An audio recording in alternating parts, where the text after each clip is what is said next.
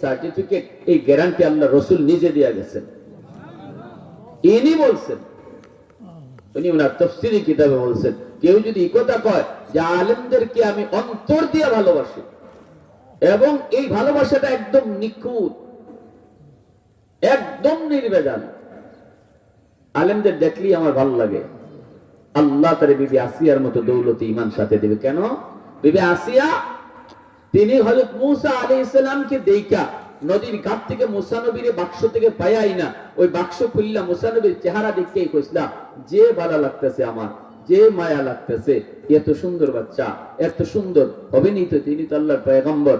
আল্লাহ বলে আমার নবীর চেহারা দেখে তুমি কইছো ভাল লাগে, তাইলে আমি আল্লাহরও তোমার ভাল লাগে।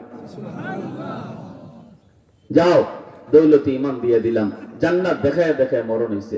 আর ফেরাউনে কইছিল আমার ভাল লাগে না, ফেরাউনে কি কইছিল? আমার ভাল লাগে না। তা আমার ডর লাগে। কি ডর? জ্যোতিষীরা গণকেরা কয় বনি ইসরায়েলের এক বাচ্চার হাতে আমার ক্ষমতা যাবে। এই বাচ্চার ডরে কত হাজার হাজার বাচ্চা জব করলাম।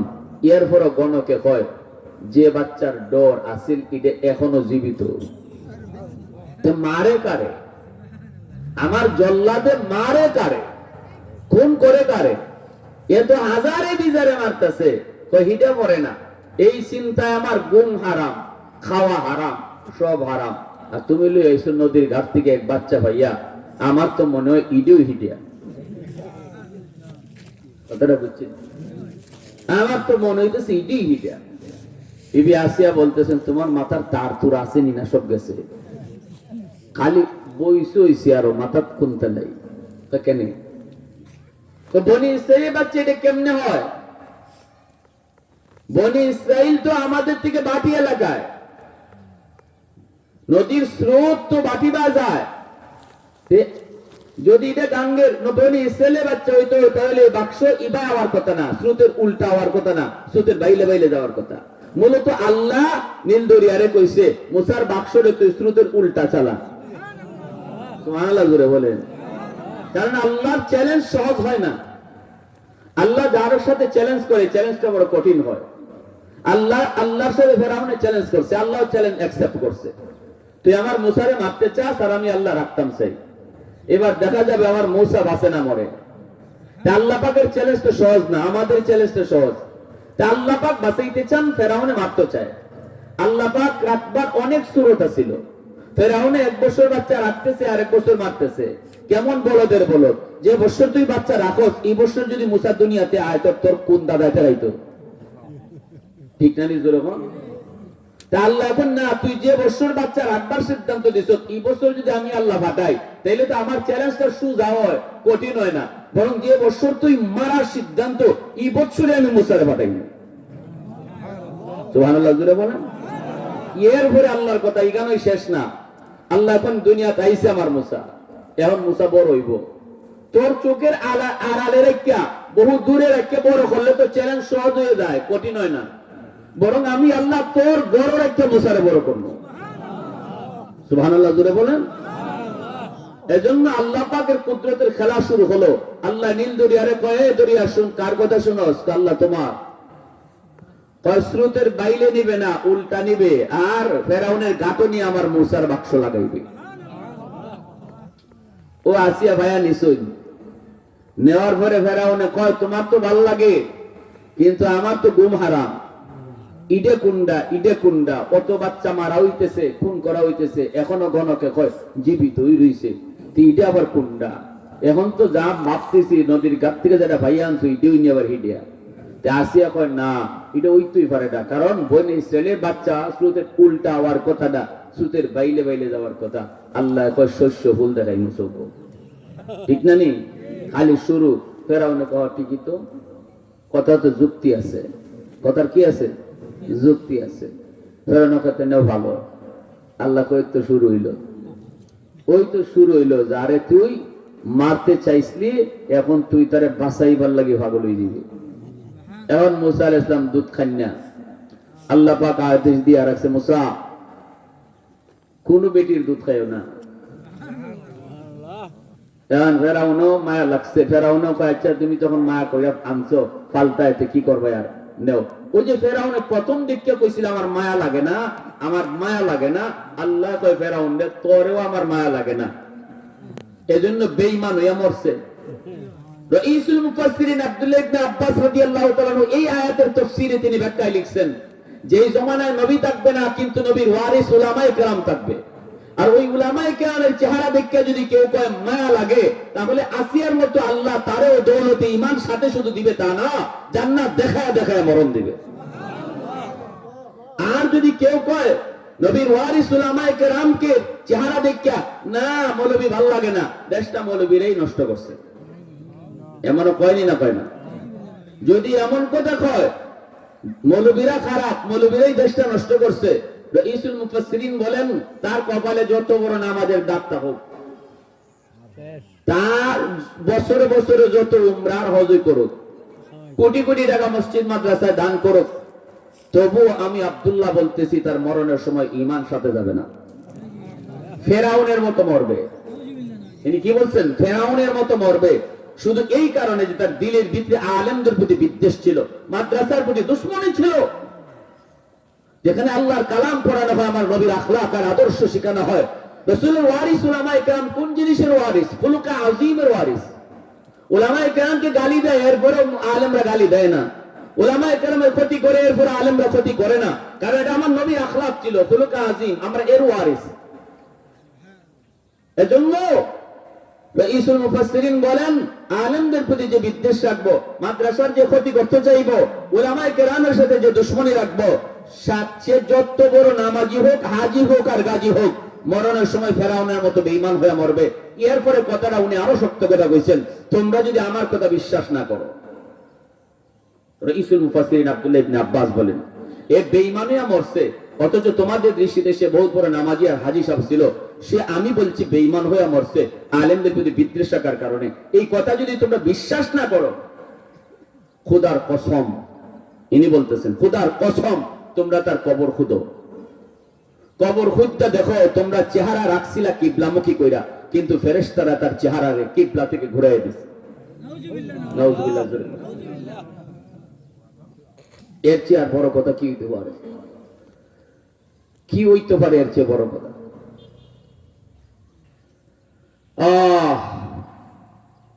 আমার বাইরা বন্ধুরা, যুবক, মূসা আলাইহিস সালাম কারো তিনি দুধ পান করেন না। ফেরাউন বড় টেনশনে পড়লো, আসিও টেনশনে পড়ে গেলেন। মূসা পয়গম্বর, যদিও তিনি দুধের শিশু, কিন্তু আল্লাহর নবী, তাই শিশুকালে আল্লাহর কথা, আল্লাহর সাথে কথা হয়। সুবহানাল্লাহ। আল্লাহ বলেছে, মূসা সাবধান, কোন বেটির দুধ পান করো না, কোন মার দুধ পান করো না। এইদিকে অনেক মহিলা আনা হলো যাদের বুকে দুধ ছিল, কিন্তু তিনি তো কারো দুধ পান করেন না, শুধু চিল্লাইতেছেন, ওয়া ওয়া করে কান্না করেন, শিশু বাচ্চার মতো তিনি কান্না করেন। দুধের বাচ্চা মার দুধ চায়, দুধ ছাড়া আর কোনো কিছু খাওয়াইলে তার কান্না থামবে না। দুধের বাচ্চারে দুধ না খাওয়ায় টোস্ট বিস্কুট খাওয়ানো যায় না, পানি দেখি যায়, কিচ্ছু চলতো না, চলবো দুধ। তখন মহিলা আয় কোনো দুধই খাইনি না। ফেরাউন পড়লা টেনশনে আছে, পড়লেন টেনশনে। এইবার ফেরাউন কয়, হায় হায়, বাচ্চাটারে তুমি তো আনছো পালবা, বাচ্চা সন্তান বানায়া, কিন্তু এখন বাঁচাইতাম কেমনে? কারো দুধ তো খায় না।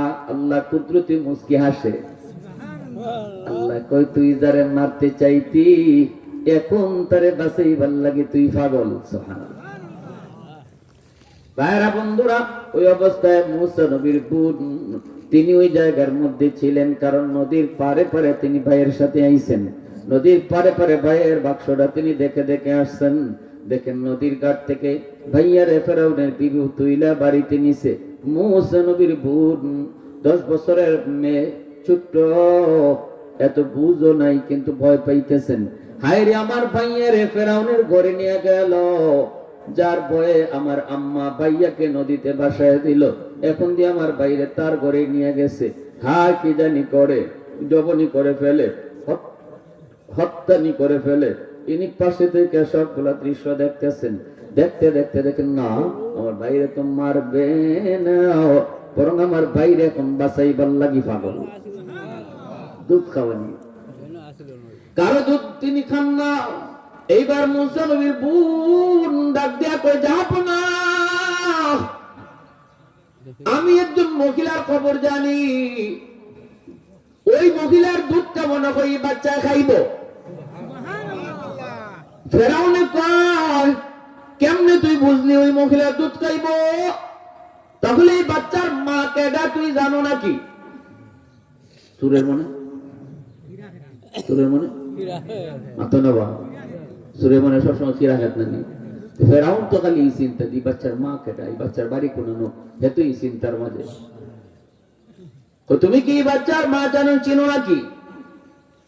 না না চিনি না। ফেরাউন কয় মহিলা, যেই মহিলার দুধ খাইতে বলছো বাড়ি কোন না, কয় বাড়ি বনি ইসরাইল। ফেরাউনে আসমান ভাইগা মাথা ধরছে, কারণ বনি ইসরাইল নাম শুনলেই তো তার কলিজা চিবাদে উঠে, কারণ বাচ্চা তো বনি ইসরাইলের বাচ্চা হইব। এটাই কইছে গণকেরা। গণকেরা কইছি যেই বাচ্চার হাতে তোমার ক্ষমতা যাবে, এই বাচ্চার বাড়ি হবে বনি ইসরাইল, বনি ইসরাইল হবে। অতএব ফেরাউন যেই মাত্র শুনছে এই মহিলার দুধ খাইব ওই বাচ্চায়, মহিলার বাড়ি হলো বনি ইসরাইল, সাথে সাথে ফেরাউনের বাচ্চার মুসা নবী পুন্ডে গিয়া ধরছে। দইরা কয় তাড়াতাড়ি ক, ওই মহিলা যে বনি ইসরাইলের, যার দুধ খাইব তুই বলছো, এই মহিলা কি বাচ্চার মা নাকি? তাহলে তুই কেমনে কইলে দুধ খাইব? এমনি মুসা নবীর বোন ভয় পেয়ে গেছেন, আসলেই তো মা, কিন্তু কইবেন কেমনে? যদি কোন মা তাহলে তো হত্যা করে ফেলবে নিশ্চিত। তখন আল্লাহ পাক মাথার মধ্যে এত সুন্দর বুদ্ধি দিল। ছোট মেয়ে জবাব দিয়া কয় না জাহাপনা, মা হিসেবে বলি নাই, আমি বলছি কারণ ওই মহিলার বুকের দুধ বড় মিষ্টি, সব বাচ্চাই তার দুধ খায়। আল্লাহু আকবার জোরে বলেন। প্রশংসা করবো কা? আর জোরে কা? আলহামদুলিমান কাদ্দারা খায়রান ওয়া কাবালা, আলহামদুলিমান কাদ্দারা খায়রান ওয়া কাবালা, ওয়া শুকরু লিমান সাওয়ারা হুসনান ওয়া জামালা, ফারদুন সামাদুন আন সিফাতিন খালকি বারিউন, রাব্বুন আযালিয়্যুন খালাকাল খালকা কামালা, লা জিদ্দা ওয়ালা নিদ্দা ওয়ালা হাদ্দা লিমাওলা, লা জিদ্দা ওয়ালা নিদ্দা ওয়ালা হাদ্দা লিমাওলা, আল আনা কামা কানা ওয়া লাম ইয়ালকা জাওয়ালা, আল আনা কামা কানা ওয়া লাম ইয়ালকা জাওয়ালা। মুসলমানের আওয়াজে কোন আল্লাহু আকবার। আমার ভাইরা বন্ধুরা, যেই মাত্র তিনি বুদ্ধি করে এই কথা কইলেন, ফেরাউন এবার বুঝি লাইছে। ফেরাউন কয় ঠিক আছে বুঝছি, তাহলে তুই যা ওই মহিলার যে খবরটা দে, যে কয় একটু আসার জন্য। মুসা নবীর বোন দৌড়া বাড়িতে এসে বলতেছে, হাঁপাইতেছে আর কয় মা, মা গো। মা দৌড়া বেরিয়েছে, কয় মারে কি হয়েছে, তোর ভাইয়ার খবর কি, কোন দিকে গেল, নাকি পানিতে ডুবে গেল? এমনি বোনটা কয় না গো মা, পানি তো ভাই ডুবে নেই, ফেরাউনের ঘাটে গিয়া ভাইয়া লাগছে, যেখানে বাঘের বয় সেখানে রাই তয়, যার ভয়ে ভাইয়ার নদীতে বাসাইছো তার ঘাটেই তুই ভাইয়া লাগলো। কই মা কস কি এরপরে কি হইলো? কই এরপরে সব কিছু আমি ভয় পাইছিলাম, কিন্তু সব কিছু খুশির হয়ে গেছে। এখন মা তোমাকে নিতে বলছে, তোমার কথা কইও বিপদে পড়ছিলাম, তবে আল্লাহ আমার বুদ্ধি দিলাইছে, আমি খাটাই গেছি। কই মা তোমাকে নিতে বলছে, ও মা চলো। এইবার মুসা নবীর আম্মা যখন চলছেন, আল্লাহ পাক মুসা নবীর আম্মার ইলহাম করলেন, ও মুসার মা, ফেরাউনের কোন প্রস্তাবে তুমি রাজি হইও না, আমি আল্লাহ ইশারা না দেওয়া পর্যন্ত অনেকগুলি অফার তোমাকে সে দিবে, অনেক প্রস্তাব তোমাকে দিবে, কোন প্রস্তাবে তুমি রাজি হইও না, আমি যেটা কইব ইদাত রাজি হইবা। মুসা নবীর আম্মা তিনি গেলেন, যাওয়া মাত্রই ফেরাউন কয় নাও দেখো তো তোমার দুধ পানি খায়। মুসা নবী যেই মাত্র মার কোলে আইছেন সাথে সাথে কান্না বন্ধ। মার কোলে বাচ্চা আসা মাত্রই তো কান্না বন্ধ করে দেয়। হাজারো কুলের ভিতরে দুধের বাচ্চা মার কুলটা ভালো করে চিনে, ঠিক না? কোন কুলটা তার মার কুল, এটা দুধের বাচ্চা কিনেলায় টের পাইলায়। এজন্য মার কুল আইলে দেখবেন কান্না বন্ধ, ঠিক না? নি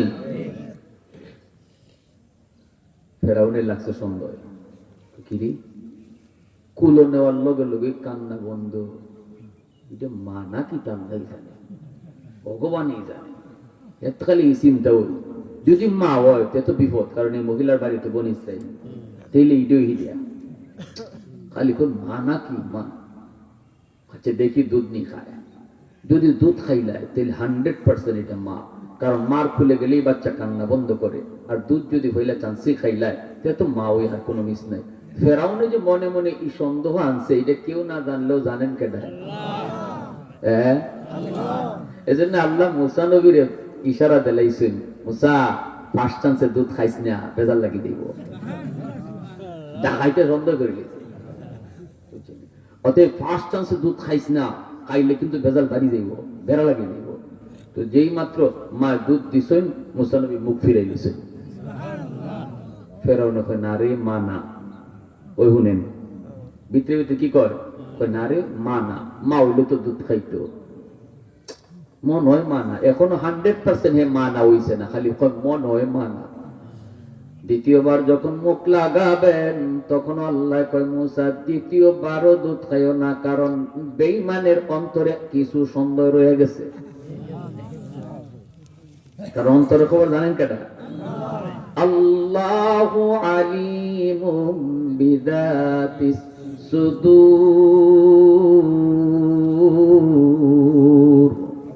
অন্তরের খবর জানেন কে?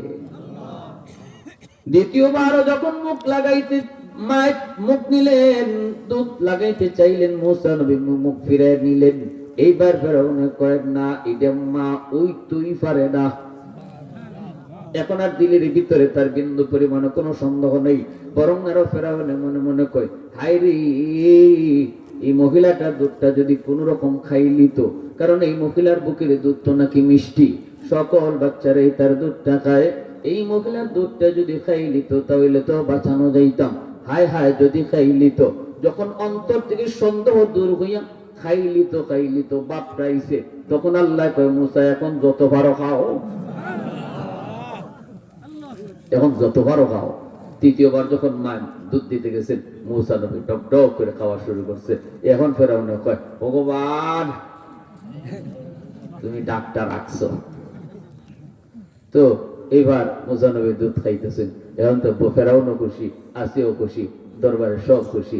এখন মুসা নবী মারে ফেরাউনে প্রস্তাব দেয়, ও বেটি এই বাঙ্গাসুরা ঘর থেকে কি করতা, তুমি আমার দরবারে চলে আসো, রাজ দরবারে তোমার জন্য ঘর ফিরি, থাকা ফিরি, খাওয়া ফিরি, তেল ফিরি, সাবান ফিরি, সব ফিরি, তুমি খালি বাচ্চাটারে দুধ খাওয়াইবা, যা লাগে সব আমি দেখবো।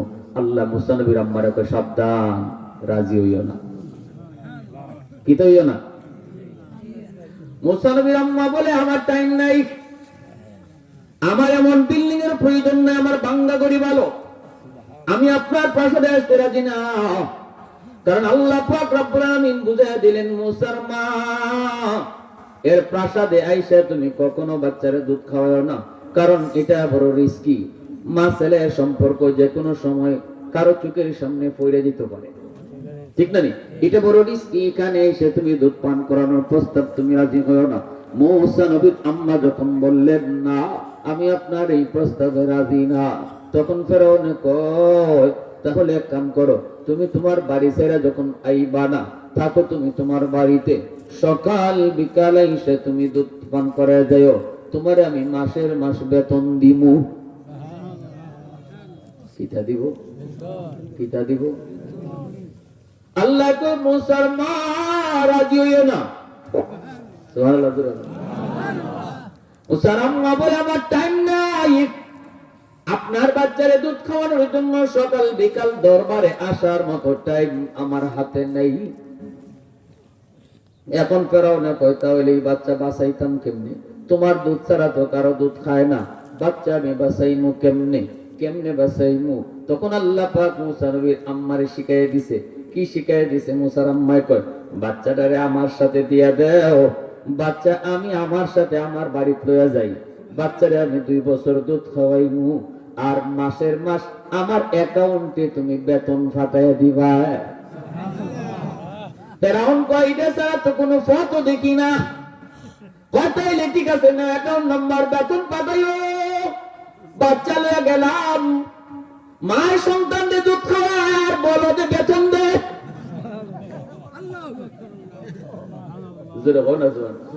আল্লাহর সাথে ভাল্লা লইলে হিসাব কিতাব ইরমই হয়, ঠিক না? জোরে কও, আল্লাহর সাথে কেউ ভাল্লা লইলে হিসাবটা ইরমই হয়। মা খাওয়ায় বা নিজের বাচ্চারে দুধ আর বলদে দেয় বেতন।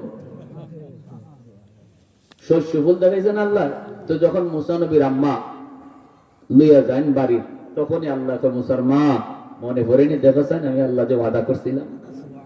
فأوحينا إلى أم موسى أن أرضعيه فإذا خفت عليه فألقيه في اليم ولا تخافي ولا تحزني إنا رادوه إليك وجاعلوه من المرسلين আল্লাহ তো মুসার মা, সন্তানকে তুমি দুধ পান করাও, ভয় যদি পাও গাঙ্গে ভাসাও। আমি আল্লাহ ওয়াদা দিলাম, গাঙ্গে ভাসাইলে বাচ্চার কোনো ক্ষতি হবে না, তোমার বাচ্চা তোমার কোলে আবার আমি আল্লাহ ফিরাইয়া দিমু। শুধু ফিরাইয়া দিমু তা না, তোমার সন্তানদের নবী বানাইমু। ঠিক তেমনি ভাবে আল্লাহ পাক রব্বুল আলামিন আমাদেরকেও বলেন, আমি আল্লাহরে খুশি করার জন্য তোমার সন্তানটারে তুমি মাদ্রাসায় দাও, তোমার সন্তানটারে তুমি মাদ্রাসায় পড়াও। মানুষে কইব বাচ্চাটারে গাঙ্গে ভাসায় দিছে, এই বাচ্চাটারে জীবন নষ্ট করে ফেলেছে, সার্টিফিকেট নাই, চাকরি নাই, বাকরি নাই, গাঙ্গে ভাসায় দিছে। আল্লাহ পাক রব্বুল আলামিন কয়, মুসার মা মুসারে গাঙ্গে ভাসায় ঠকে নাই, মুসার মা মুসারে গাঙ্গে ভাসায় ঠকে নাই। আমি আল্লাহরে খুশি করার জন্য গাঙ্গে ভাসাইছে, সন্তান আমি আবার ফেরত দিছি, তো নবী বানায়া ফেরত দিছি। আমি আল্লাহ তোমাদেরকেও বলি, তোমরাও যদি তোমাদের সন্তানকে মাদ্রাসায় দিলে মানুষে কই গাঙ্গে ভাসানি, অসুবিধা নাই, তুমি মাদ্রাসায় দিয়ে গাঙ্গে ভাসায় দাও। আমি আল্লাহরে খুশি করার জন্য ওয়াদা দিলাম, ফিরায় দিমু। কেমনে? নবী হওয়ার দরজা বন্ধ, কিন্তু নবীর ওয়ারিস হওয়ার দরজা এখনো খোলা। তোমার সন্তানকে নবী বানাইতে পারবো না, কিন্তু নবীর ওয়ারিস বানায় তোমার কোলে ফিরায় দিমু। আল্লাহ, এজন্য বলি, যদি সন্তান মাদ্রাসায় পড়ান, ওয়ারিসের বাবা হবেন, নবীর ওয়ারিসের বাবা হবেন, আলেম মা হবেন। হাসরের মাঠে আল্লাহ একটা মুকুট লিয়ে দাঁড়ায় থাকবো। নবীর বাপ মারে আল্লাহ খুঁজবেন না, কিন্তু আলেমের বাপ মারে আল্লাহ খুঁজবেন। হাসরের মাঠে হাফেজে কোরআনের বাপ মারে আল্লাহ তালাশ করবেন। মান করা আল কোরআন ওয়ামিলা বিমা ফিহি উলবিসা ওয়ালিদাহু তাদান ইয়াউমাল কিয়ামাহ দাউহু আহসানু মিন দাউইশ শামস। আল্লাহ রাসূল বলেন, যদি কোন সন্তান সে কোরআন পড়ে, কোরআন শিখে, কোরআন সিনার ভিতরে নেই, তার মা বাবাকে আল্লাহ পাক রব্বুল আলামিন হাসরের ময়দানে আল্লাহ পাক তার মাথার মধ্যে নূরের মুকুট আল্লাহ পরায় দিবে, যেই মুকুটের পাওয়ারটা সূর্যের পাওয়ারের চেয়ে বেশি হবে। সুবহানাল্লাহ করে বলেন, সূর্যের পাওয়ারের চেয়ে তার পাওয়ারটা অনেক বেশি হবে। এজন্য আমার ভাইরা বন্ধুরা, আল্লাহর হাতে কুদরতি, আল্লাহর কুদরতি হাতে মাথায় পাগড়ি পরার নিয়ত কার কার আছে? হাত ওটা একটু আল্লাহরে দেখান। আপনার সন্তানের মাথায় পাগড়ি পরাইবে আজকে উলামায়ে কেরাম, মানুষ মাদ্রাসা শেষ হইলে, হাফেজ সাহেব হইলে, আর আপনি বাপ মার মাথায় পাগড়ি পরাইবেন আল্লাহ নিজে।